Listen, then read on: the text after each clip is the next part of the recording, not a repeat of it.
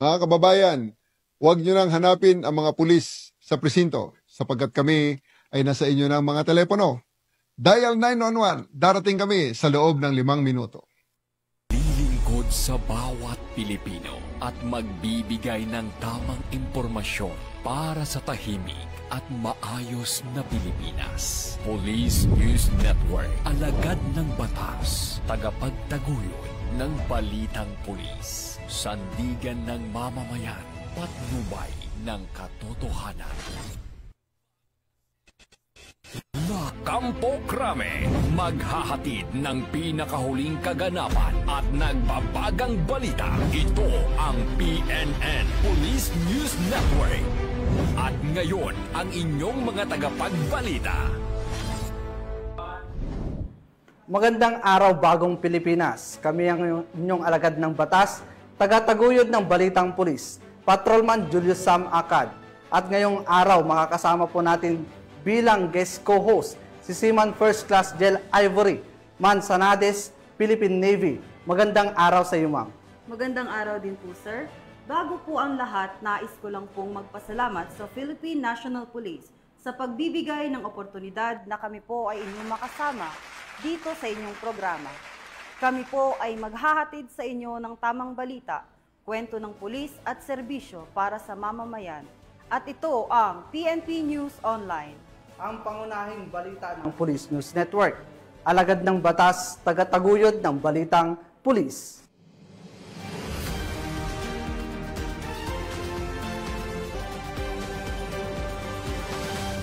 Narito ang mga balitang dapat niyong abangan.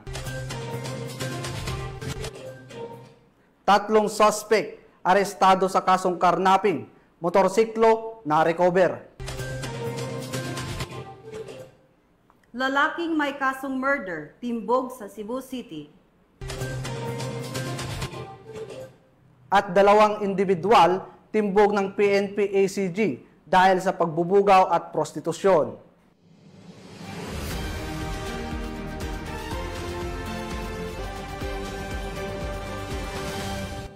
Narito ang mga balitang hatid ng ating PNN correspondents mula sa iba't ibang panig ng bansa.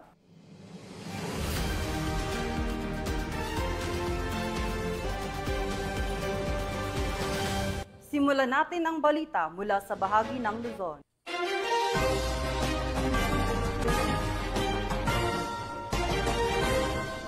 Bagsak sa kamay ng batas ang top 1 most wanted person sa bayan ng Kawayan, Ilocos Sur na nahaharap sa kasong 3 counts of lascivious conduct. Sa bisa ng warrant of arrest, matagumpay siyang naaresto ng mga operatiba ng Kawayan Municipal Police Station bilang bahagi ng patuloy na kampanya ng PNP laban sa mga lumalabag sa karapatang pantao, lalo na sa kabataan. Police Master Sergeant Marvin J. Romero sa report.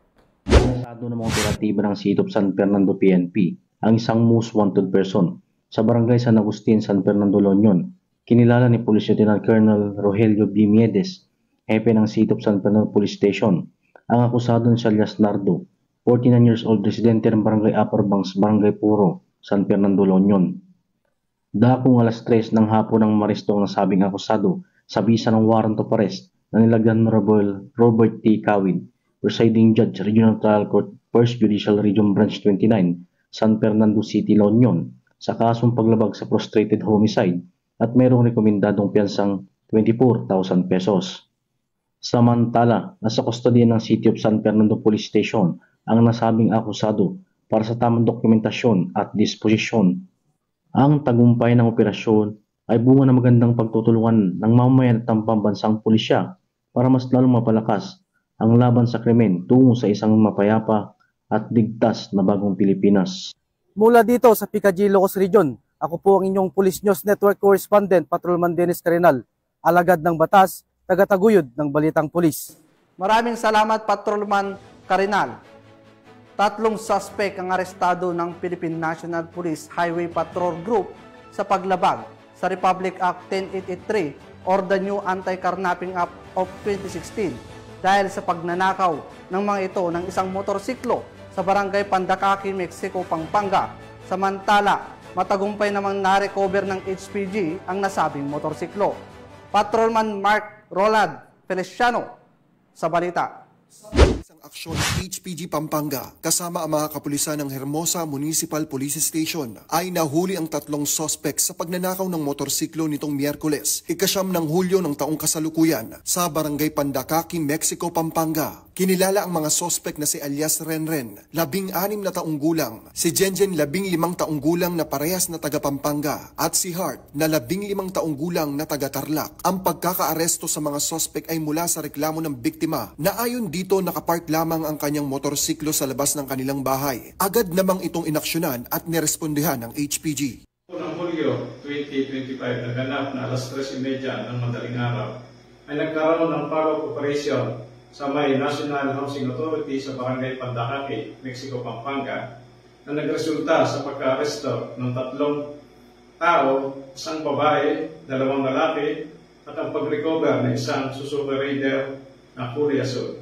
Ang nasabing operasyon ay bunsod ng isang reported na motor knocking incident sa Barangay Mampog, Hermosa, Bataan noong 9 ng Hulyo taong 2025 sa ganap na alas 11:30 ng gabi. Binasahan nga ang mga sospek ng kanilang karapatan sa salitang kanilang nauunawaan at ngayon ay nasa kustodiya ng Provincial Highway Patrol Team Pampanga para sa dokumentasyon at tamang disposisyon habang inihahanda ang kasong naaangkop sa mga ito. Samantala, ang nasabing motorsiklo ay sasailalim sa macro etching examination at magsisilbing ebidensya laban sa mga sospek. Ito na lang ang paalala ng HPG sa ating mga kababayan. Isa naman pong paalala sa ating mga kababayan na sana tayo ay maging maingat sa pagparada ng ating mga sasakyan. Isa rin pong paalala sa ating mga kababayan na kung tayo ay bibili ng mga segunda manong sasakyan, pumunta sa pinakamalapit na himpilan ng Highway Patrol Group upang masiguro natin na ating bibiling segunda manong sasakyan at papel ay nasa maayos na sasakyan. Isang magandang umaga po at God bless us all. Sa anumang katanungan, reklamo o impormasyon, ang himpilan ng HPG mula Luzon, Visayas at Mindanao ay palaging bukas upang kayo'y tulungan. Kami ang Guardian of the Highways, ang kakampi nyo sa kalsada na patuloy na magbibigay ng serbisyong HPG. Dahil dito sa ating bagong Pilipinas, ang gusto ng pulis, ligtas ka. At sa iba pang balitang serbisyong HPG, tumutok lamang sa aming YouTube channel at Facebook page na Police News Network. Mula sa tanggapan ng kakampi nyo sa kalsada at sa pamumuno ng aming buting direktor, Police Brigadier General Eliazar P. Mata. Ako po ang inyong PNN correspondent, Patrolman Mark Roland Feliciano para sa Police News Network. Alagad ng batas, tagataguyod ng balitang pulis. Maraming salamat, Patrolman Feliciano. Walang takas ang isang high-value drug suspect matapos siyang madakip sa ikinasang buy-bust operation ng mga otoridad sa San Fernando, Pampanga. Ang report mula kay Patrolwoman Lexin Reyes Sawiran. Ang isang high-value drug suspect sa matagumpay na buy-bust operation ng Special Drug Enforcement Unit ng San Fernando City Police Station sa Barangay Kalulot, City of San Fernando, Pampanga. Ang nasabing operasyon ay pinangunahan ni Police Lieutenant Colonel Aris Gonzales, hepe ng naturang istasyon, sa ilalim ng pamumuno ni Police Colonel Eugene M. Marcelo, Provincial Director ng Pampanga PPO. Kinilala ang suspect na si alias Shov, 23 anyos na lalaki, walang trabaho at residente ng New Barrio, Kalulot, bilang pangunahing target ng operasyon na isinagawa sa pakikipagtulungan ng Philippine Drug Enforcement Agency ng Regional Office 3. Nasamsam mula sa suspect ang tinatayang 60 gramo ng hinihinalang shabu na may halagang humigit kumulang 408,000 pesos batay sa standard drug price. Kasalukuyang nasa kustodi ng San Fernando City Police Station ang suspect at mga nakumpiskang ebidensya habang inihahanda ang kasong paglabag sa Republic Act 9165 o ang Comprehensive Dangerous Drugs Act of 2002. Ito ay bahagi ng pinaigting na kampanya kontra ilegal na droga sa ilalim ng direktiba ni Police Brigadier General Ponce Rogelio I. Peñones Jr., Regional Director ng Police Regional Office 3. Patuloy ang kapulisan ng Gitnang Luzon sa masusing pagbabantay at aksyon upang mapanatili ang kapayapaan at kaligtasan sa lungsod at sa buong rehiyon. Mula dito sa Gitnang Luzon, ako ang inyong PNN correspondent, Patrolwoman Lexin Reyes A. Sawiran, alagad ng batas, tagataguyod ng balitang pulis. Maraming salamat, Patrolwoman Sawiran. Umiikot hindi lamang gulong, kundi pati na ang diwa ng pagkakaisa habang matagumpay na isinagawa ng Ifugao Police Provincial Office ang isang makulay na fun bike activity bilang bahagi ng pagdiriwang ng ika-30 na Police Community Relations Month at pagpapatibay ng suporta ng PNP Wellness Program. Yan ang balitang hatid ni Patrolwoman Charlene Rose Gumangan. Ay na idinaos ng Ifugao Police Provincial Office ang isang makabuluhang fun bike bilang bahagi ng pagdiriwang sa ika-30 Police Community Relation Month at bilang suporta sa PNP Wellness Program nito lamang Hulyo 2025. Ang naturang aktibidad ay pinangunahan ni Police Colonel Jeremias G. Oyawon, Provincial Director ng Ifugao Police Provincial Office, katuwang ang mga kalahok mula Ifugao State University, Ifugao Mountain Bikers, Batang Lagawe Cycle Team, at mga miyembro ng lokal na komunidad. Nagsimula ang rota sa Ifugao Police Provincial Office ground pababa sa Ibulaw Bridge, papunta sa Barangay Hukab, Kiangan, at tumawid pabalik sa IPPO sa pamamagitan ng Barangay Kaba, Lagawi Road. Kinilala ng Ifugao Police Provincial Office at nagbigay ng mga token ang tatlong nangunang kalahok sa civilian category na sina Ginang Christine Henry T. Mission, BJ D. Boboban, at Pablito J. Tindungan Jr. Kinilala din ang tatlong nagwagi sa uniform category na sina Police Major Rodolfo T. Fatug, Police Executive Master Sergeant Marlon D. Abuan, at si Police Major Miles S. Forayang. Bukod pa rito, isang espesyal na parangal ang ibinigay sa isang 76 taong gulang na nagtatapos, si Ginoong Alberto T. Lumawi, bilang pinakamatandang kalahok, habang kinilala din si Miss Trixie G. Pinkihan bilang top female finisher. Sa kanyang mensahe, pinahayag ni Police Colonel Oyawon ang kanyang taus-pusong pasasalamat sa lahat ng kalahok, lalo na sa mga miyembro ng mga komunidad na naglaan ng oras upang suportahan ang kaganapan. Ang mga aktibidad tulad nito ay hindi lamang nagtataguyod ng kalusugan at kagalingan, kundi pinapalakas din ang ugnayang nagbubukod sa atin. Ang aktibidad ay dinisenyo ng Ifugao PNP upang higit na mapatibay ang ugnayan ng pulisya, partners, stakeholders at komunidad. Mula dito sa bayan ng Lagawe, ako ang iyong PNN correspondent, Patrolwoman Charlene Rose Gumangan, alagad ng batas, tagataguyod ng balitang pulis. Maraming salamat, Patrolwoman Gumangan. Tunghayan naman natin ang mga balita mula sa Visayas.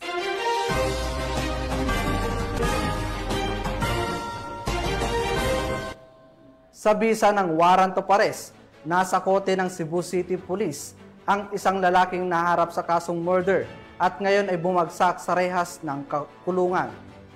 Ang pagkakahuli ng sospek ay bahagi ng pinaigting na kampanya ng PNP laban sa mga taong patuloy na lumalabag sa batas at nagtangkang takasan ang pananagutan.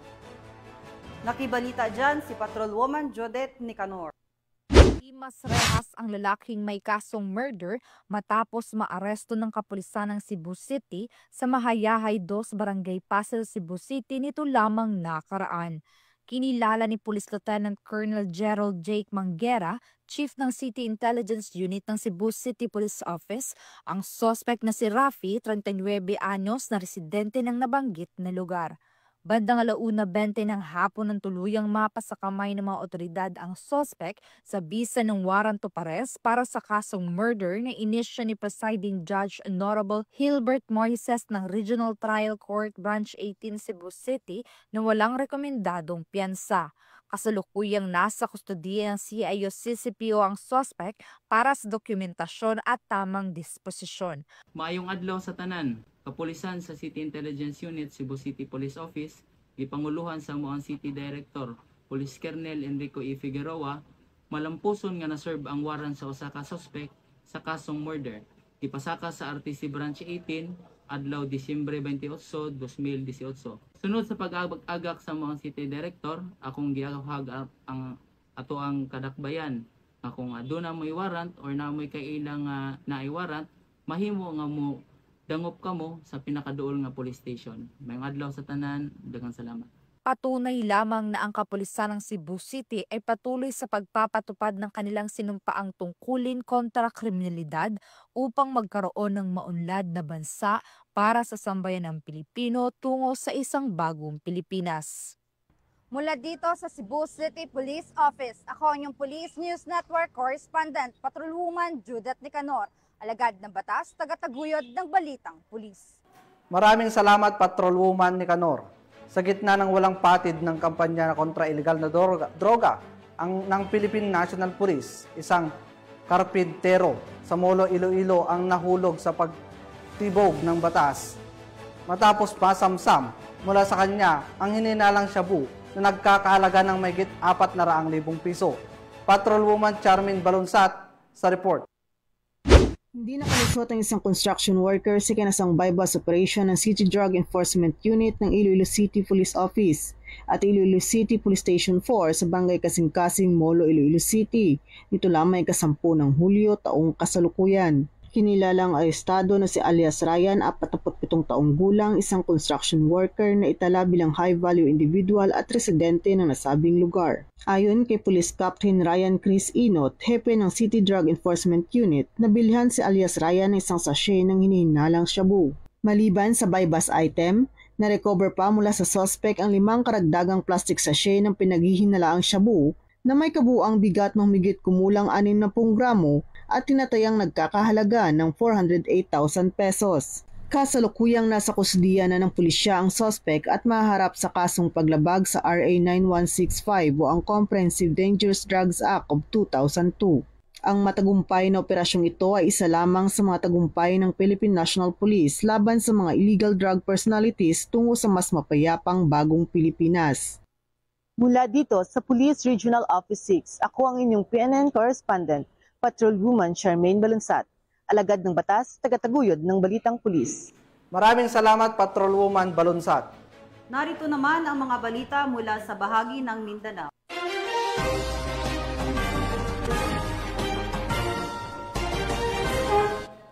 Isang hininalang drug den ang tuluyang nabuwag sa bisa ng sinagawang anti-illegal drugs operation ng mga otoridad sa Misamis Oriental. Sa naturang operasyon, 3 individual ang naaresto na hinihinalang sangkot sa pagpapatakbo ng illegal na aktibidad. Nakatutok dyan si Patrolwoman Riza Sahonia. Matagumpay na nabuwag ang isang drug den kasabay sa pagka-aresto ng 3 individual na mga sangkot sa illegal na droga sa isinagawang anti-drug operation ng Provincial Drug Enforcement Unit 10, PDEA 10 at Upol Municipal Police Station sa Barangay Malanang, Upol, Misamis Oriental nitong 9 ng Hulyo taong kasalukuyan. Sa isinagawang anti-drug operation ng mga operatiba ay matagumpay na nabuwag ang isang drug den at pagka-aresto ng 3 suspect na nakuhanan ng 8 gramo ng hinihinalang shabu na may standard drug price na 54,400 pesos. Naharap ang mga suspect sa kasong paglabag sa RA 9165 o Comprehensive Dangerous Drugs Act of 2002. Mula dito sa Northern Mindanao, ako ang inyong Police News Network Correspondent, Patrolwoman Riza Sahonia, alagad ng batas, tagataguyod ng balitang pulis. Maraming salamat, Patrolwoman Sahonia. Hindi umubra ang online modus ng 2 individual na sangkot umano sa pambubugaw at prostitusyon matapos silang arestuhin ng Regional Anti-Cybercrime Unit, Bangsamoro Autonomous Region sa isang kinasang entrapment operation. Magbabalita dyan si Patrolwoman Mary Grace Artizuela. Arestado ang 2 individual na sangkot sa pambubugaw ng mga Cababato City Police Office, ang isang entrapment operation sa poblasyon sa Cotabato City na nagresulta sa pagkakahuli kina alias Sean at alias Pia. Si alias Sean ay nahaharap sa kasong paglabag sa Article 341 o White Slave Trade ng Revised Penal Code, habang si alias Pia naman ay sinampahan ng kasong paglabag sa Article 202 o Prostitution na may kaugnayan sa Republic Act 10175. Kasalukuyang nasa kustodiya ng RACOBAR ang mga suspect para sa kaukulang dokumentasyon at agarang pagsasampan ng kaso. Pinapaalalahanan namin ng publiko na pagbubugaw para maipagtali kay isang anyo ng human trafficking. Ito ay isang mabigat na krimen na may kaukulang parusa sa ating saligang batas. agad itong i-report sa mga otoridad upang matulungan ang mga biktima at mapanagot ng mga lumalabag sa batas. Mula dito sa Campo Crame, ako ang inyong PNN correspondent, Patrolwoman Mary Grace Artizuela, nagbabalita para sa Police News Network, alagad ng batas, tagataguyod ng balitang pulis. Maraming salamat, Patrolwoman Artizuela. Hindi nakalusot sa masusing pagbabantay ng kapulisan ang isang lalaking drug suspect matapos mahulihan ng hinihinalang shabu sa isinagawang checkpoint operation sa Banuan, Davao City. Nakibalita dyan si Patrolwoman Bernamen Lapos. Arestado ang isang lalaki matapos mahulihan ng hinihinalang shabu sa isinagawang checkpoint sa Barangay Lasang, Bunawan District, Davao City nitong Hulyo 10 taong kasalukuyan bandang alas 9 ng umaga. Kinilala ni Police Major Janos Macliing, Acting Station Commander ng Bunawan Police Station, ang suspect na si alias Yusuf, 29 anyos, isang karpentero na residente sa Puro 14, Dilox, Tibungco, Davao City. Ayon pa kay Police Major Macliing, habang isinasagawa ang checkpoint ng mga tauhan ng Bunawan Police Station, nakuha mula sa suspect ang isang sachet na pinaghihinala ang shabu na nagkakahalaga ng 14,416 pesos. Samantala, ang suspect ay kasalukuyang nasa kustodiya na ng nasabing istasyon at maharap sa kasong paglabag sa RA 9165 o ang Comprehensive Dangerous Drugs Act of 2002. Ang Police Regional Office 11 ay nananatiling matatag sa kanilang mandato na labanan ang lahat ng uri ng iligal na aktibidad sa layuning mapanatili ang katahimikan at kaayusan sa buong rehiyon. Mula dito sa Rehiyon 11, ako ang inyong PNN correspondent, Patrolwoman Bernamen Lapos, alagad ng batas, tagataguyod ng balitang pulis. Maraming salamat, Patrolwoman Lapos. Nagwakas na sa pagtatago ang isang lalaki na kabilang sa talaan ng top 7 most wanted person matapos itong maaresto ng mga otoridad sa General Santos City kaugnay ng kasong act of lasciviousness. Patrolwoman Jovelyn Dodoso sa balita. Ang top 7 most wanted person city level sa kasong acts of lasciviousness ng General Santos City PNP sa Purok 7, Barangay Batumilong, General Santos City. Kinilala ang suspect na si alias Tonyo, 19 anyos, walang asawa at residente sa nasabing lugar. Naging matagumpay ang operasyon dahil sa pinagsanib na puwersa ng Police Station 8 General Santos City, katuwang ang iba't ibang personahe ng Police Regional Office 12. Bandang 1:30 ng hapon, naaresto ang suspect sa bisa ng warrant of arrest sa kasong acts of lasciviousness sa ilalim ng Republic Act 7610 na may inirekomendang piyansa na may halagang 180,000 pesos. Patuloy ang Police Regional Office 12 PNP sa mas pinaigting na kampanya kontra kriminalidad. Hinihikayat ang publiko na makipagtulungan sa mga otoridad upang masigurong ligtas at maayos ang pamayanan alinsunod sa adhikain ng bagong Pilipinas. Mula dito sa General Santos City, ako ang inyong Police News Network correspondent, Patrolwoman Jovelyn Dodoso, alagad ng batas, tagataguyod ng balitang pulis. Maraming salamat, Patrolwoman Dodoso. At para sa ating huling balita, isang araw ng pananampalataya, serbisyong may malasakit at advokasya para sa kalusugan ang sabay-sabay na isinabuhay sa Zamboanga City sa pamamagitan ng 3 makabuluhang seremonya na pinangunahan ni Police Brigadier General Ruel Rodolfo, Regional Director ng Police Regional Office 9. Tinutukan niya ni Patrolwoman Joanna Marie Soriano. On my cue, at the count of 3, please drop the time capsule. 1, 2, 3. Isinagawa ngayong araw sa Camp Brigadier General Eduardo Batalla, Zamboanga City ang isang makabuluhang programa na kinabibilangan ng groundbreaking ceremony para sa itatayong Imam Office and Wellness Center, ang duwa para sa newly renovated mosque at ang blessing ceremony ng newly renovated multipurpose function hall. Ang selebrasyong ito ay pinangunahan ni Police Brigadier General Ruel Rodolfo, katuwang si Haji Sadiq Sali at ang mga halal na leader ng komunidad. Ang itinatayong Imam Office and Wellness Center ay layong magsilbing sentro para sa gabay espiritual at kalusugan ng mga kapatid nating Muslim sa loob ng kampo, isang hakbang patungo sa mas holistikong paglingap sa kapakanan ng bawat isa. Para sa bagong renobang moske, mataimtim na panalangin ang isinagawa upang humingi ng gabay at biyaya para sa mas pinatibay na pananampalataya at pagkakaisa. Kasabay nito, formal na binasbasan ang newly renovated multipurpose function hall na inaasahang magiging tahanan ng mga pagsasanay, pagpupulong at community engagement program ng Police Regional Office 9. Isinabay rin sa pagpapasinaya ng mga satellite offices ng COA at PIA bilang bahagi ng pagpapalakas ng transparency at serbisyo publiko. Ang buong aktibidad ay sumasalamin sa tunay na diwa ng pagkakaisa ng kapulisan at komunidad, isang sama-samang paglalakbay tungo sa kapayapaan, kabutihan at kaunlaran.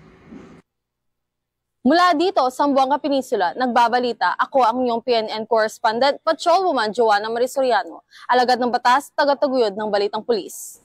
Maraming salamat, Patrolwoman Soriano. At yan ang mabalitang nakalap ng ating PNN correspondents mula Luzon, Visayas at Mindanao. At bago tayo magtapos, ang aming taos-pusong pasasalamat sa mga walang sawang sumusuporta sa ating programa at syempre sa ating guest co-host ngayon na si Seaman First Class Jel Ivory Mansadanes na mula sa Philippine Navy. Baka may gusto po kayong batiin o pasalamatan, ma'am. Thank you din po, sir. Gusto ko lang pong batiin ang aming Flag Officer in Command, Vice Admiral Jose Ma Ambrosio QS Pilita, Philippine Navy, ang aming Commander, Civil Military Operations Group, Philippine Navy, Captain Gregory Gerald V. Fabic, Philippine Navy, General Staff Corps, ang aming Deputy Commander, Simog PN, Colonel Nilo E. Hapson, Philippine Navy Marines, General Staff Corps, at ang aming Acting Chief of Staff at Commandant CMO School, Commander Lady Chatterley I. Alvaro Subiling, Philippine Navy, at sa lahat po ng estudyante ng Journalist Advanced Specialization Course, Class 03-25. Ayan, at sa ngalan ng pamunuan ng Philippine National Police, sa pangunguna ni PNP Chief Police General Nicolas Torre III, at sa pamumuno ni President Ferdinand Bongbong Marcos Jr., kami ay maglilingkod sa bawat Pilipino at magbibigay ng tama at balansing balita. Dahil dito, sa bagong Pilipinas, ang gusto ng pulis, ligtas ka. At kami po ay muling nagpapaalala na huwag nyo nang hanapin ang mga pulis sa presinto sapagkat kami ay nasa inyo ng telepono. Dial 911, darating kami sa loob ng 5 minuto. Mula rito sa tanggapan ng tagapag-ugnay ng pambansang pulisya, kami ang inyong alagad ng batas, tagataguyod ng Balitang Pulis, Patrolman Julius Sam Acad. At Seaman First Class Jel Ivory Manzanares, Philippine Navy, maghahatid ng tamang balita, kwento ng pulis at serbisyo para sa mamamayan. At ito ang PNP News Online. Ang pangunahing balita ng Police News Network.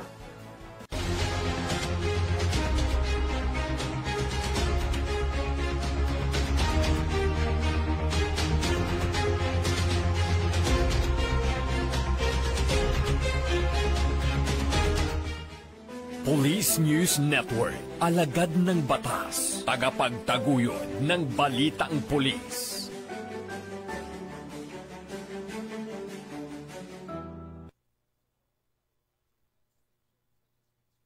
Mga kababayan, huwag nyo nang hanapin ang mga pulis sa presinto sapagkat kami ay nasa inyo ng mga telepono. Dial 911, darating kami sa loob ng 5 minuto.